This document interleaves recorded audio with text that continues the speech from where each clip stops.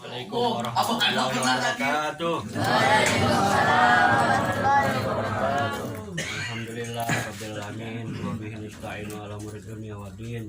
Wa sallallahu ala sayyidina Muhammadin wa ala alihi wa sahbihi wa barik wa sallim ajma'in.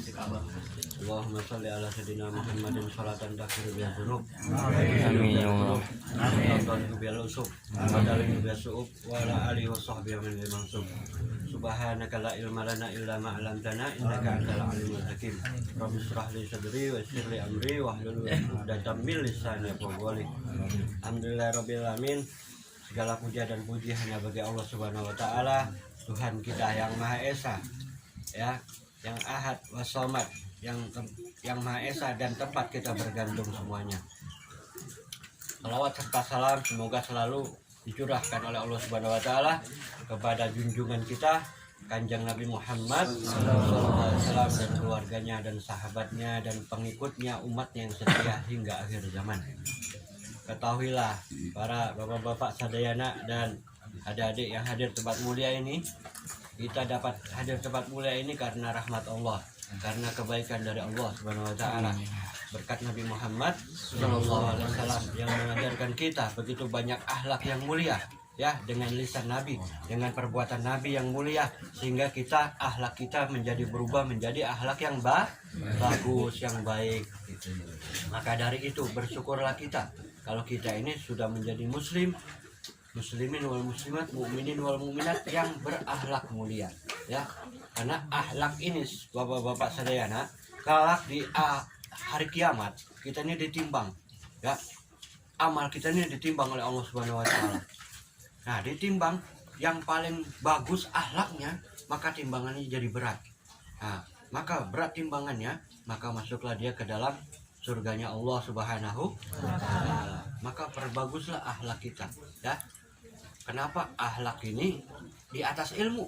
Kalau mau tahu, karena orang berilmu kalau tidak berakhlak, maka kata Adi Umar bin Hafid radhiyallahu anhu, mayanfa, ilmunya tiada bermanfaat. Nah, maka dari itu kita yang utama perdalam akhlakul karimah yang mulia, maka niscaya kita pasti berilmu. Kalau orang berakhlak mulia, ya kan? Lihat iblis laknatullah, setan itu pintar-pintar. Bayangin dia bisa melihat kita tidak bisa melihat mereka, kan pintar berarti kan? Nah, tetapi dia diusir dari Allah Taala. Kenapa? Karena akhlaknya yang jorek, ya. Nah, kata Allah, uhruj, keluar engkau dari surga. Diusir oleh Allah Taala. Kenapa? Karena dia sombong, tidak berakhlak mulia, tidak berakhlak yang bagus, akhlaknya jorek alias jelek. Maka Allah Ta'ala usir dari surga karena akhlak yang jelek, bukan ilmunya, ya. Maka dari itu perdalam akhlakul karimah kita, tingkatkan akhlak kita. Nah, akhlak ini Allah Ta'ala tegaskan di dalam Al-Quranul Karim. Allah Ta'ala berfirman, a'udzubillahi minasyaitonirrajim, bismillahirrahmanirrahim, wala umiru, ya, illa ya'budullaha mukhlisina lahuddin. Dan kata Allah Ta'ala ini dalam Al-Quran, dan tidaklah aku perintah kalian kecuali untuk beribadah kepadaku dengan tulus ikhlas. Ini tulus ikhlas, ini akhlak yang mulia. Kalau kita mau enggak digoda setan, enggak digoda iblis laknatullah, maka perbaguslah akhlak kalian. Kenapa? Karena setan berdialog dengan Allah Ta'ala, iblis berdialog dengan Allah Ta'ala saat diusir dari surga. Maka iblis menjawab, Allah Ta'ala bilang, engkau tidak akan dapat menggoda hamba-hambaku yang mukhlis, kata Allah Ta'ala, yang ikhlas, yang tulus, ya. Kalau kita tidak ikhlas, tidak tulus beribadah kepada Allah, maka kita gampang mudah digoda setan. Kenapa ada orang tidur di masjid tidak digoda setan, tetapi ada orang sholat digoda setan? Kenapa?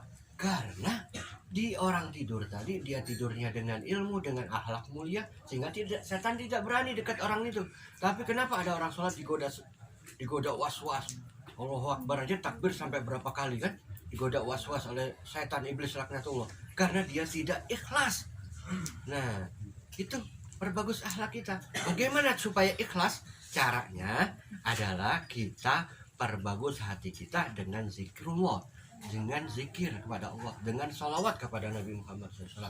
Maka hati kita nanti dibersihkan oleh Allah Ta'ala, ditanamkan ditanamkan akhlak yang mulia, diberikan cahaya minallah, cahaya Rasulullah SAW ke dalam hati kita, sehingga kita bisa tulus ikhlas mengerti ilmunya, yakni al khairu wasyarihi minallah. Ilmunya itu, kalau mau ikhlas, segala kebaikan dan keburukan semua datangnya dari Allah Subhanahu wa taala. Hakikatnya, hakikatnya semua dari Allah taala. Jadi misalnya lagi sholat, antum lagi mau sholat, ingat, wah hidupku susah begini-begini, lagi miskin, maka sholat kadang-kadang nggak semangat, ya. Tapi kalau engkau ingat, kita ingat bahwasannya kekayaan, kemiskinan ini dari Allah, kita terima, maka hati kita menjadi ikhlas. Maka sholat orang ikhlas ini nggak bisa diganggu setan maupun iblis laknatullah, ya. Bapak-bapak sadayana, adik-adik ya, mengerti ya? Paham? Alhamdulillah rabbil alamin. Itu yang pertama, ibadah kita harus ikhlas karena Allah Subhanahu wa taala. Yang kedua, Allah taala berfirman, bismillahirrahmanirrahim, kullu nafsin dha'iqatul maut. Ya, semua makhluk hidup ya pasti akan merasakan yang namanya maut atau mati. Kematian akan datang kapanpun sesuai dengan kehendak dan takdir Allah Subhanahu wa taala. Maka kata Nabi Muhammad SAW, ya, ini pas lagi haul kan, jadi pas waktunya kan menjelaskan tentang ini. Kata Nabi Muhammad SAW, apabila anak cucu Adam meninggal dunia, maka dia diantarlah si mayat tadi oleh 3 hal. Yang pertama, harta bendanya. Yang kedua, saudara-saudara atau keluarganya, anak istrinya. Yang ketiga, dia diantar oleh amal solehnya.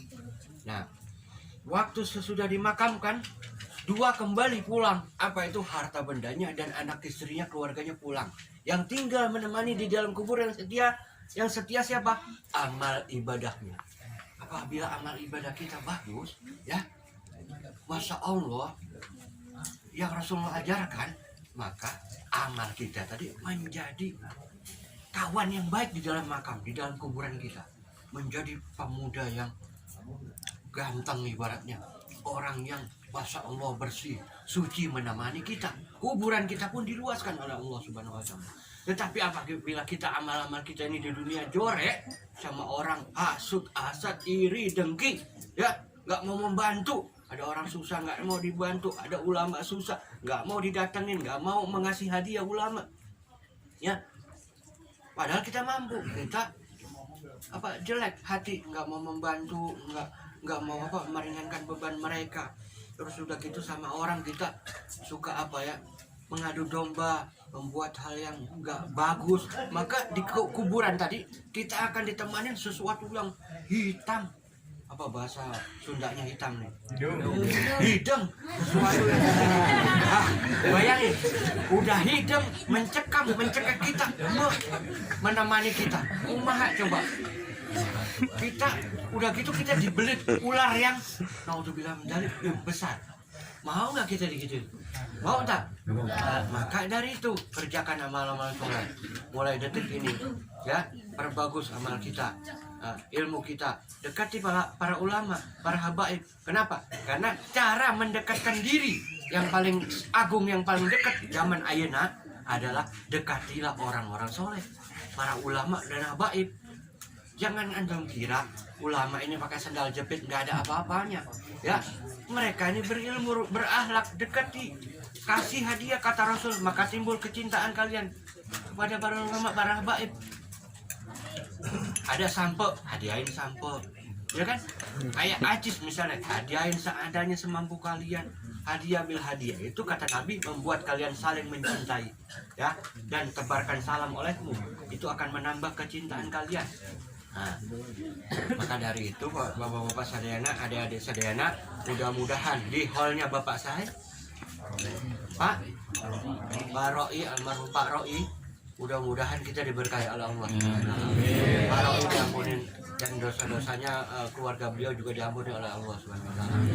Dan diluaskan makamnya, diterangi makamnya oleh Allah Subhanahu wa taala, ya, dengan cahaya Allah Ta'ala, biberkatin Nabi Muhammad SAW, daripada acara yang mulia ini diisi dengan zikrullah wa mahabbatur rasul, ya, dan diisi dengan salawat kepada Rasulullah SAW ini.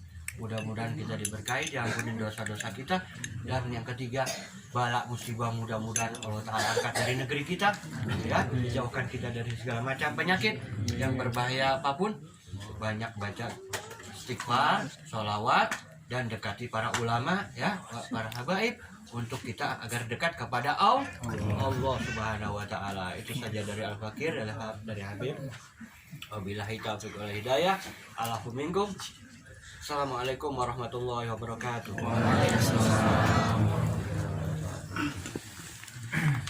Alhamdulillah wa syukur alhamdulillah nusakum Alhamdulillah rabbil alamin. Sallallahu Muhammad wa ali Muhammad.